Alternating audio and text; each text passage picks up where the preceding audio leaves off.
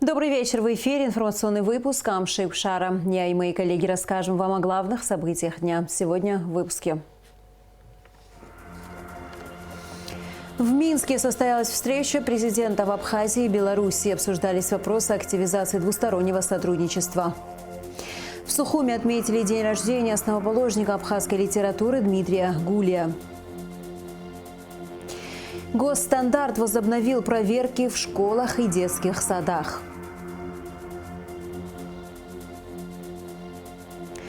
Причина гибели 2 макак в Сухумском обезьяньем питомнике.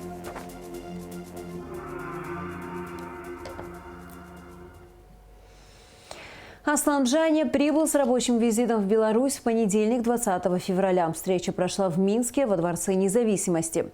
Во встрече также принял участие министр иностранных дел Абхазии Инал Ардзинба. На переговорах обсуждались вопросы активизации двустороннего сотрудничества, экономического и промышленного взаимодействия. Александр Лукашенко подчеркнул, что в Беларуси всегда были заинтересованы в сотрудничестве с Абхазией. Об этом шла речь во время визита белорусского лидера в Абхазию в сентябре 2022 года. Что касается сотрудничества с Абхазией, Лукашенко отметил, что нынешняя встреча очень важна. Отношения должны развиваться, есть над чем выстраивать фундамент. Есть товары, в которых заинтересованы обе стороны, сказал белорусский лидер. Ну, наконец-то ты доехал до Минска. Привет. Присаживайся. Аслан Георгиевич, позвольте приветствовать вас в Беларуси.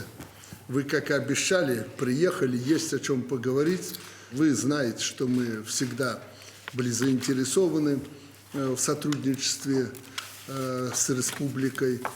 Я об этом говорил во время посещения вашей прекрасной страны. Не покидала меня одна мысль только. Почему-то грузины, руководство Грузии остро реагирует на наши встречи. Неужели между людьми, между народами не может быть нормальных, теплых, дружеских отношений? Может быть, эти, как я тогда говорил, отношения и послужат миру и дружбе между абхазским и грузинским народами? Мы ведь с вами никогда не планировали никаких акций в отношении Тбилиси. Никогда ж такого не было. Я вот наблюдаю за ситуацией, которая развивается в Грузии, к примеру, с бывшим президентом Михаилом Саакашвили. Как-то это не очень выглядит прилично с точки зрения того, что это же был президент все-таки. Поэтому, доходить до такой степени, как это складывается сейчас, просто неприлично. Но я к чему это говорю? Мы же не давали никаких оценок, мы не вмешивались в эту ситуацию и другие. Мы очень хорошие отношения поддерживали и поддерживаем, насколько это возможно, с Тбилиси. Почему они так реагируют остро на это? Я думаю, вы мне поможете найти ответ на этот вопрос. Но это так, между прочим. А сегодняшняя наша встреча по-человечески очень важна. Наши отношения должны развиваться. Абхазский народ уважает белорусов. Про Беларусь таки говорить нечего. У нас есть на чем выстраивать фундамент наших отношений. Есть же. Есть товары, в которых мы заинтересованы. Есть товары, в которых вы заинтересованы. Более того, туристическое направление очень важно. Особенно после того, как против нас начали тут санкции разного рода вводить. Люди наши хотят побывать на море. Вот я посмотрел ваше побережье. Мы всегда туда приезжали. И в Сухуми, и в Батуми, Тбилиси и так далее. И наши люди посещают и сейчас эти города. Но как-то получилось так, что Абхазия оказалась отрезанной. Не востребованной, а отрезанной. А востребованность очень большая. Почему не должны мы в гости друг к другу ездить? Вот я задаюсь этим вопросом, никак не могу понять, зачем надо обострять отношения на этой почве. Мы, наоборот, должны склеивать наши отношения. Мы не гигантские государства, чтобы делить какие-то страны и народы. Нам надо ближе быть в это время сложные друг к другу. И Тбилиси, и Сухуми, и Минск. Все должны как-то склеиваться, стремиться друг к другу. Я в этом плане рассматриваю ваш визит в Беларуси. Еще раз благодарю вас за то, что вы выполнили свое обещание и приехали к нам. Спасибо, Александр Григорьевич. Пользуясь случаем, хотел бы поблагодарить вас за приглашение, за вашу последовательность. Вы знаете, вас будут сегодня слышать многие, в том числе и в Грузии. И я думаю, что вот ваши мудрые слова дойдут до сердец этих людей. После встречи Аслан Бженя пообщался с журналистами. Последний раз я в Беларуси был 40 лет тому назад, будучи студентом, работал на строительстве взлетно-посадочной полосы аэропорта города Минск. Но сразу бросается в глаза то, что город Минск, Белоруссия, это то место, которое, на мой взгляд, окружено заботой руководства. Все здесь у вас очень симпатично, все ухожено. И видно, что это большой труд, слаженный большой труд. Вчера я побывал в парке высоких технологий. Мне было очень приятно слышать молодых людей, видеть те достижения технологические, которые были достигнуты гражданами Беларуси. Я бы хотел, чтобы вы знали, белорусы у нас в Абхазии воспринимаются как родные и близкие люди. Большинство граждан Абхазии все еще живет советскими воспоминаниями. Мы во многом, благодаря усилиям западных государств, находились долгое время в изоляции. И благодаря России у нас идут процессы, скажем так, деизоляции. И контакты с Белоруссией в этом смысле очень важны. И мы хотим, чтобы наши отношения складывались добрососедские, хорошие. Акцент был сделан на экономическое взаимодействие. Мы договорились по ряду вопросов.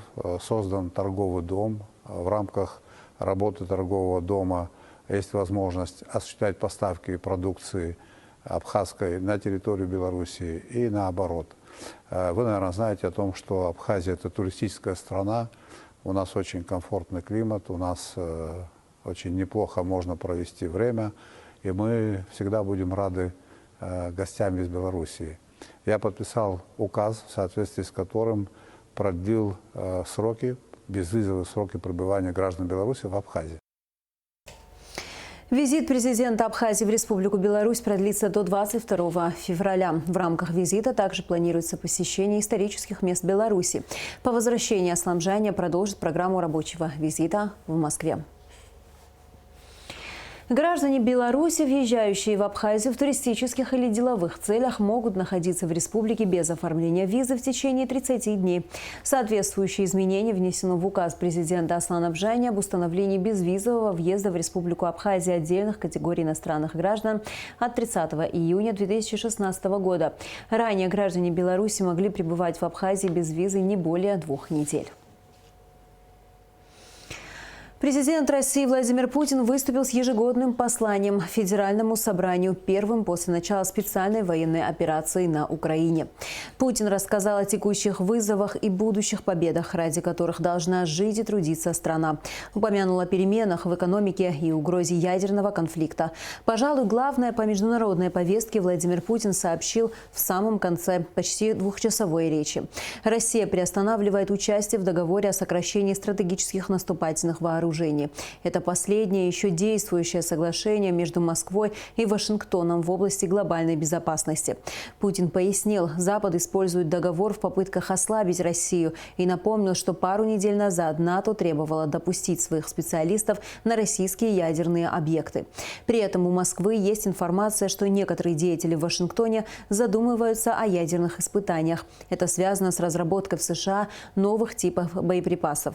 В этой ситуации Министерство обороны России и Росатом должны обеспечить готовность к испытанию российского ядерного оружия, дал поручение Путин. Действующий договор 2010 года содержит важнейшие положения о неделимости безопасности, о прямой взаимосвязи вопросов стратегических наступательных и оборонительных вооружений. Все это давно забыто. Но недопустимым является то, что США стали перекраивать мироустройство именно только под себя. исключительно в своих собственных эгоистических интересах. Теперь через представителей НАТО подают сигналы, а по сути выдвигают ультиматум. Вы, Россия, выполняйте все, о чем договорились. В том числе договор об СНВ беспрекословно. А мы будем вести себя как заблагорассудится. Мол, нет никакой связи между проблематикой СНВ и, скажем, конфликтом на Украине, другими враждебными действиями Запада в отношении нашей страны. Как и нет громогласных заявлений, что они хотят нанести нам стратегическое поражение. Но это или верх лицемерия или цинизма, или верх глупости. Но идиотами их не назовешь, они все-таки не глупые люди. Нам стратегическое поражение хотят нанести и лезут на наши ядерные объекты. В этой связи вынужден заявить сегодня о том, что Россия приостанавливает свое участие в договоре о стратегических наступательных вооружениях.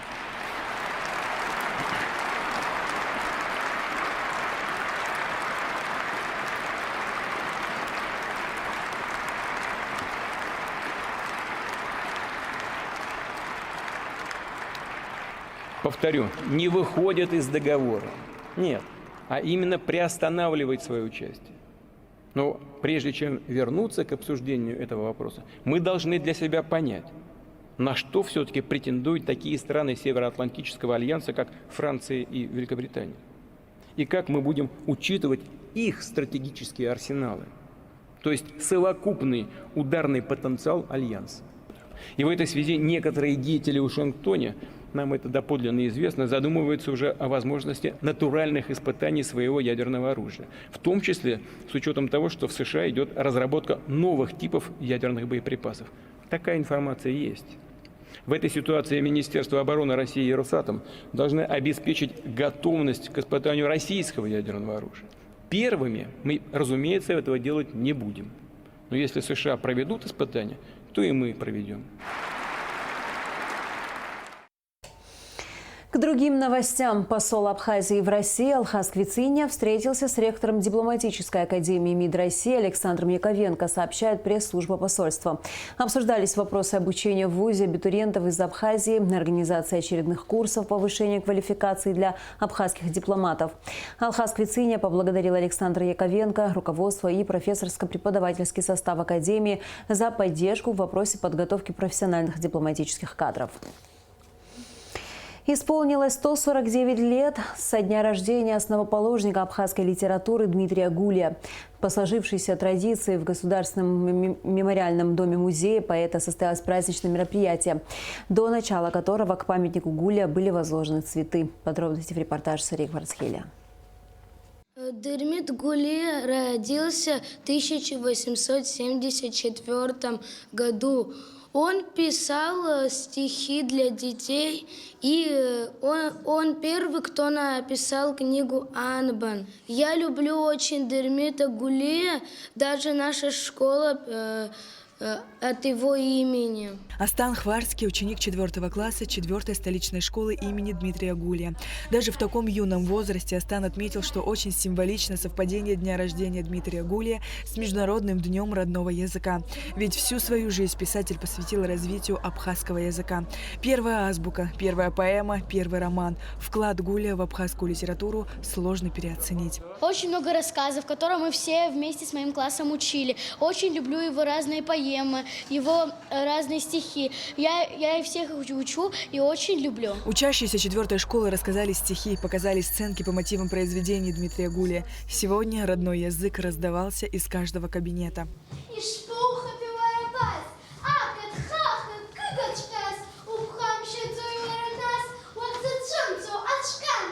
21 февраля традиционно многолюдно и у памятника Дмитрия Гулия. Почтить память народного поэта пришли представители руководства страны, депутаты, творческая интеллигенция, общественность, школьники и почитатели его бессмертного творчества.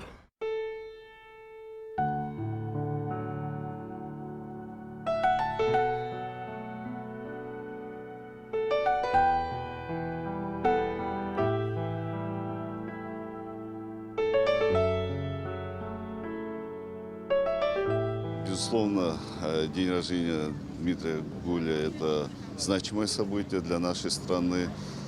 Его вклад в становление нашей абхазской письменности, культуры, самобытности, конечно, очевиден. И в этом году мы отмечаем так скромно, но уже есть поручение президента. Следующий год юбилейный, отметить день рождения Дмитрия Гуля масштабно, то, как заслуживает этот человек. Мероприятие продолжилось в доме-музея Дмитрия Гулия, в котором прошла большая часть жизни поэта. Именно здесь создавались произведения, вошедшие в Золотой фонд абхазской литературы. Школьники рассказывали о выдающемся вкладе Гуля в абхазскую литературу и увлеченно читали стихи и отрывки из его произведений.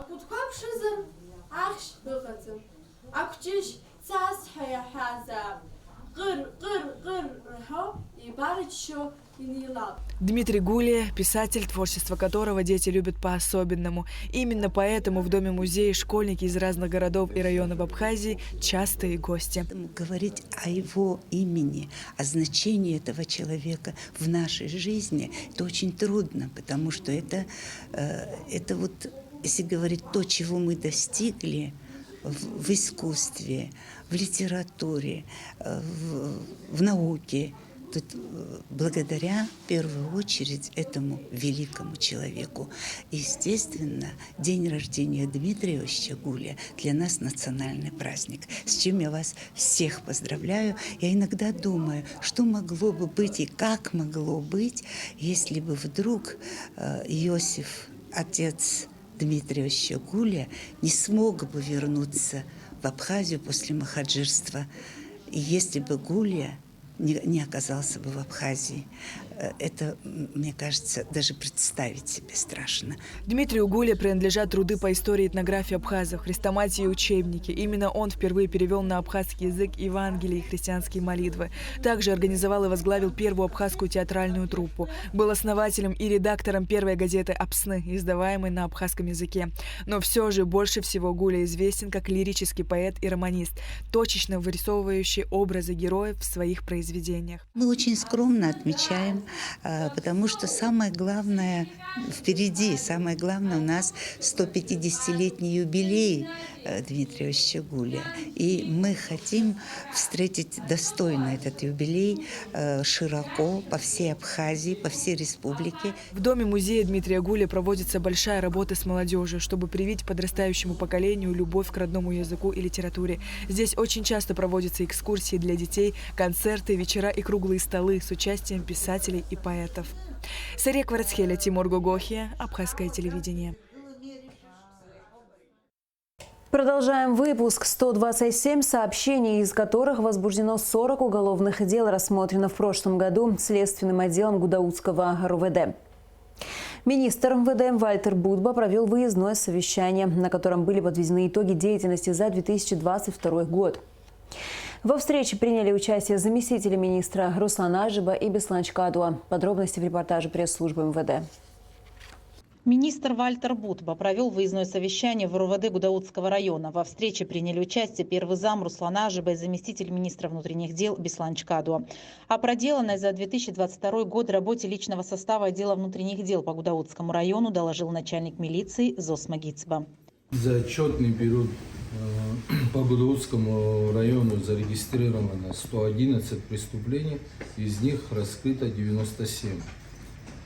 А за аналогичный период прошлого года зарегистрировано 85, раскрыто 72 виды преступления. Убийство с покушением – 1 факт раскрыт. Изнасилование – 1 факт. Проводится мероприятие, пока не раскрыто. Кража чужого имущества у нас 19 фактов, из них раскрыто 13. А грабежи чужого имущества 3 факта и 3 раскрыто. Хулиганство 1 факт, 1 факт раскрыт. Незаконное ношение, хранение оружия 22 факта, 22 раскрыт. Незаконный оборот наркотиков 43 факта, 43 раскрыто. За отчетный период Следственным отделом Гудаутского РОВД рассмотрено 127 сообщений, из которых возбуждено 40 уголовных дел. В отдел дознания за 2022 год поступило 66 сообщений, из них возбуждено 48 уголовных дел. Также ГИЦ доложил о работе оперативных служб. За отчетный период у нас находились 38 человек в розыске. Из них за год мы задержали 5 человек. Из 38 7 без вести пропавших. По этой линии проводится мероприятие. За год сотрудниками АУР и участковой службы доставили в Гудаутское УВД 615 человек. Из них 160 человек в состоянии наркотического опьянения, 89 по подозрению в совершении преступления, 89 человек. Отпущено после выяснения личности 366 человек. Работа в данном направлении должна быть усилена, подчеркнул министр Вальтер Бутба. Я от вас жду еще больше. И очень хочу верить в то, что вы меня не разочаруете, ни меня, ни свое руководство, ни свой город. В вашем городе при всей специфике есть еще другая сторона с точки зрения оперативной составляющей. Мы знаем всех, кто чем занимается. Все ваши просьбы по усилению, по людям, я ни в одном не отказал. Что касается материального обеспечения, я вас уверяю, что у нас везде одинаковая проблема сложная. Вот. Но разыскиваемых задержано мало. У вас за счет вашего региона много, может быть, покинули нашу страну, но основные в деревнях прячутся. За отчетный период службой МОБ Гудаутского РОВД составлено 268 административных протокола, из них 162 за нарушение паспортного режима, 16 за мелкое хулиганство, 3 за незаконное употребление наркотических веществ. Начальник РОВД также отчитался о работе ГАИ за 2022 год. Зарегистрировано 48 ДТП, из них погибло 12 человек, а в прошлом году у нас 47, погибло 14. За год сотрудниками ГАИ было выявлено 6152 нарушения, из них в нетрезвом состоянии 505. А лишили прав 340 человек. В бюджет сдали за 12 месяцев 7 миллионов 919 тысяч 600 рублей. Заместитель министра Бесланчкадо, курирующий милицию общественной безопасности, назвал озвученные показатели удовлетворительными, отметив незначительную динамику улучшения. Второй год был, можно сказать, удовлетворительным. У них была разница отрицательно погибших меньше, чем в аналогичный период 2021 года. Количество ДТП тоже немного меньше. Но самое главное показатель, критерий, по которому мы оцениваем, количество погибших на дорогах. То есть, если в 2021 году было 14, то в 2022 было 12. В принципе, работа ведется и велась. Есть нехватка личного состава среди госавтоинспекций. Ну, на сегодняшний день, относительно недавно назначен новый руководитель. Пока у него еще испытательный срок, но надеемся, что результаты будут лучше, чем были. И будем рассматривать вопрос утверждения его в данной должности, если он справится с поставленными задачами. Министр Вальтер Бутба поручил усилить работу по выявлению фирм по добыче криптовалюты в районе. Он акцентировал внимание на необходимости оказания помощи населению в регистрации гражданского оружия. Кроме того, министр внутренних дел подчеркнул, что имеющийся на сегодняшний день личный состав Гудаутского РОВД – это пример для других районных отделений милиции. Оттого и требования к правоохранителям будут расти. На мой взгляд, ваш личный состав максимально сбалансированно собран. У вас на радость и на зависть многим другим горрайонам уголовный розыск – это то, на чем держится вся милиция. Очень хороший состав уголовного розыска. Подобран достаточно хорошо относительно остальных. Но тот результат, который они сегодня нам показывают, для такого личного состава недостаточен.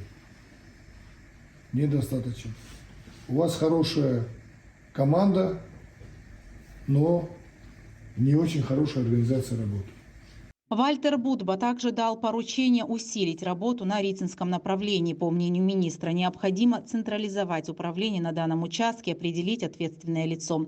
Положительную оценку министр Будба дал взаимодействию отделов СГБ и РОВД Гудаутского района. Судебное заседание по делу об убийстве в здании МВД Анзора Тарба вновь перенесено в связи с отсутствием подсудимого Аслана Чедия. Сторона защиты сообщила, что подсудимый ввиду болезни супруги не может присутствовать на слушании, так как находится за пределами республики. Следующее судебное заседание назначено на 1 марта. Прокуратурой Гудаутского района возбуждено уголовное дело по факту умышленного повреждения чужого имущества и незаконного хранения, перевозки огнестрельного оружия, боеприпасов, взрывчатых веществ, сообщает сайт Генпрокуратуры. Согласно материалам дела, 18 февраля неустановленным следствием лицом умышленно с целью повреждения чужого имущества под автомашину марки Toyota Camry, припаркованную во дворе дома номер 7 по улице Ардзенба в Гудауте, было брошено взрывное устройство неустановленного образца. В результате взрыва указанная автомашина получила осколочные повреждения. В настоящее время проводятся необходимые оперативно-следственные мероприятия, направленные на установление лица, совершившего данное преступление.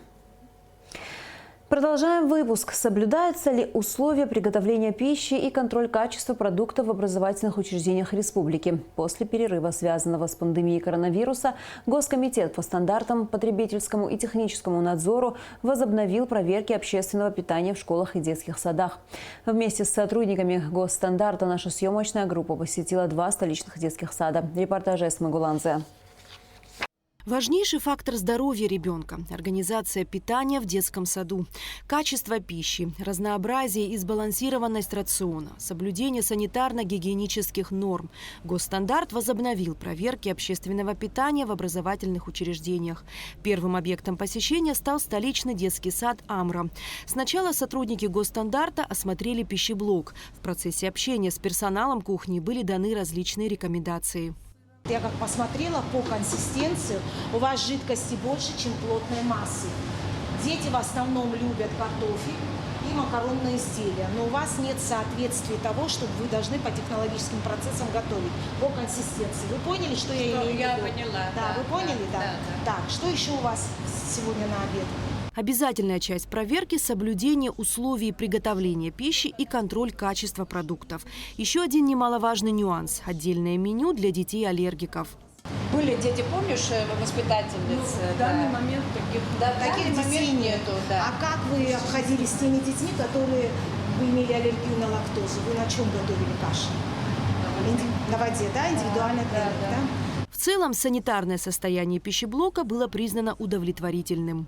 Единственное, что мне бы хотелось бы немножечко расширить ассортимент этих блюд. Если повторение блюд, ежедневное повторение блюд и еженедельное.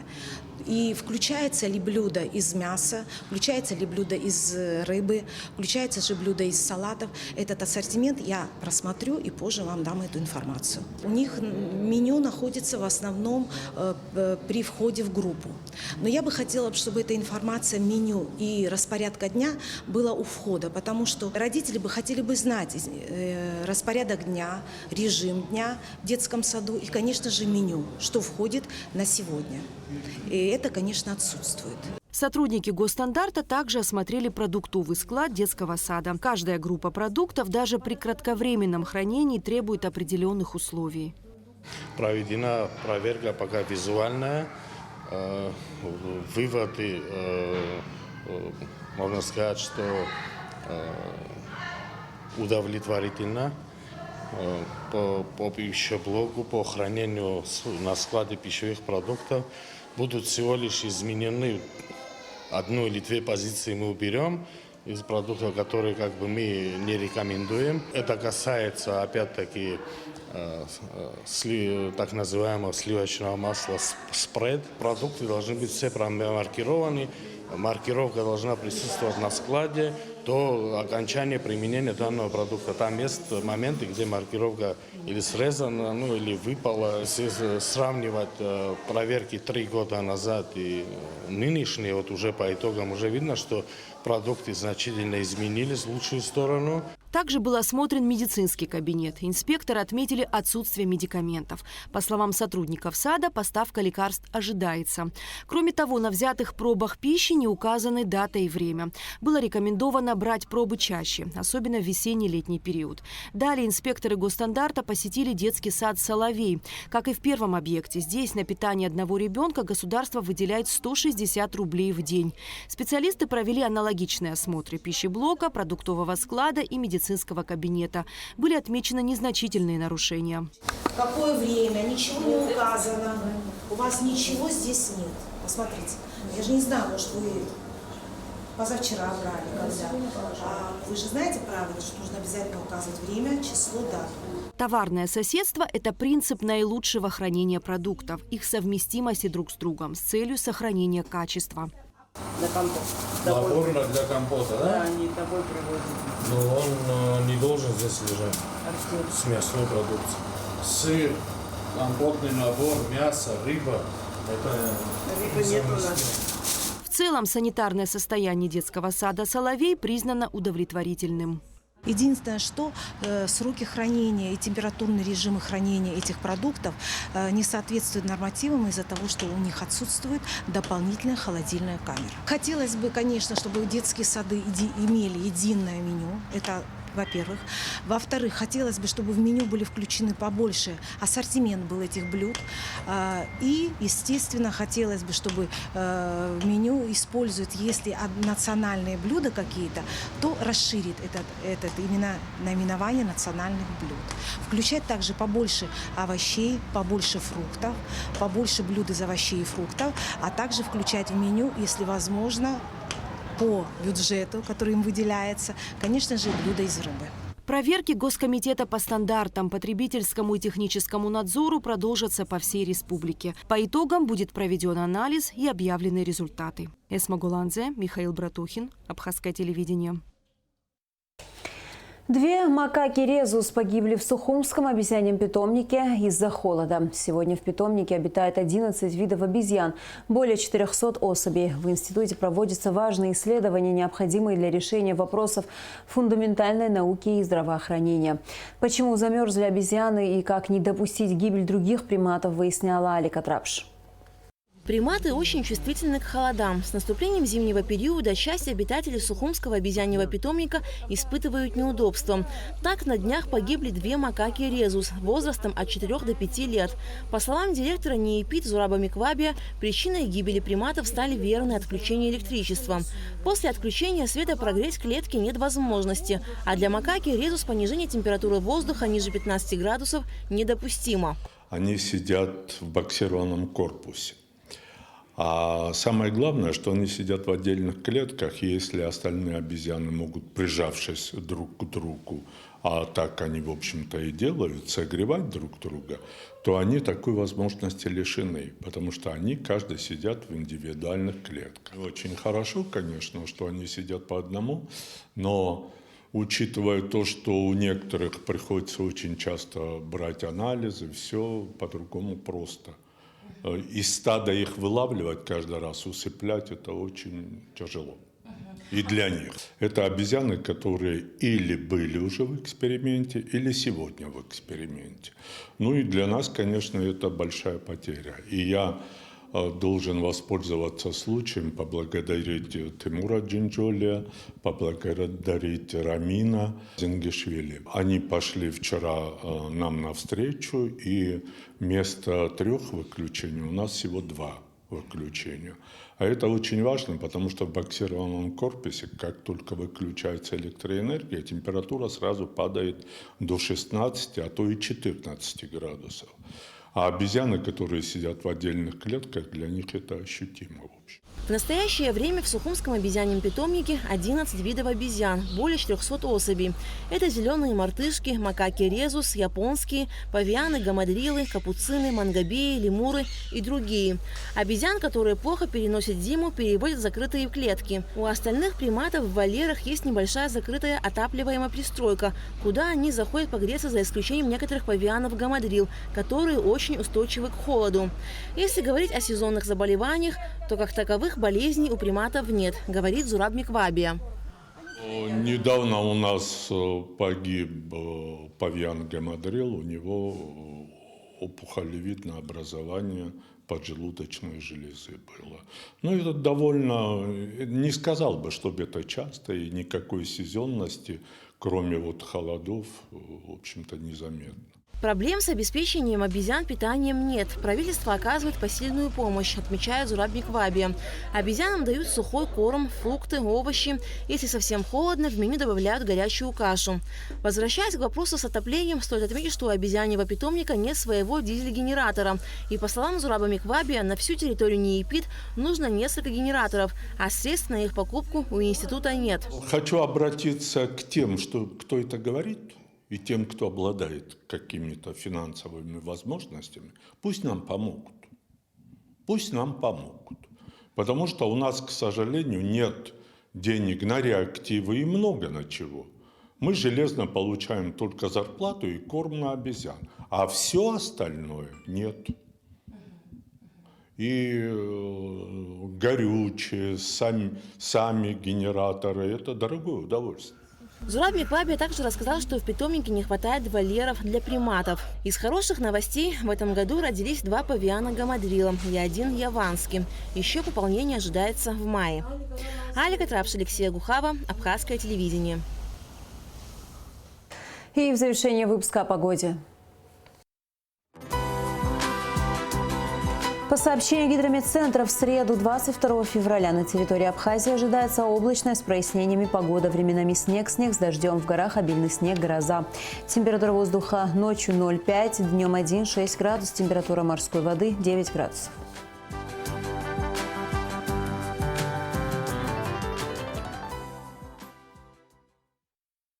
На этом наш выпуск подошел к концу. До скорых встреч в эфире.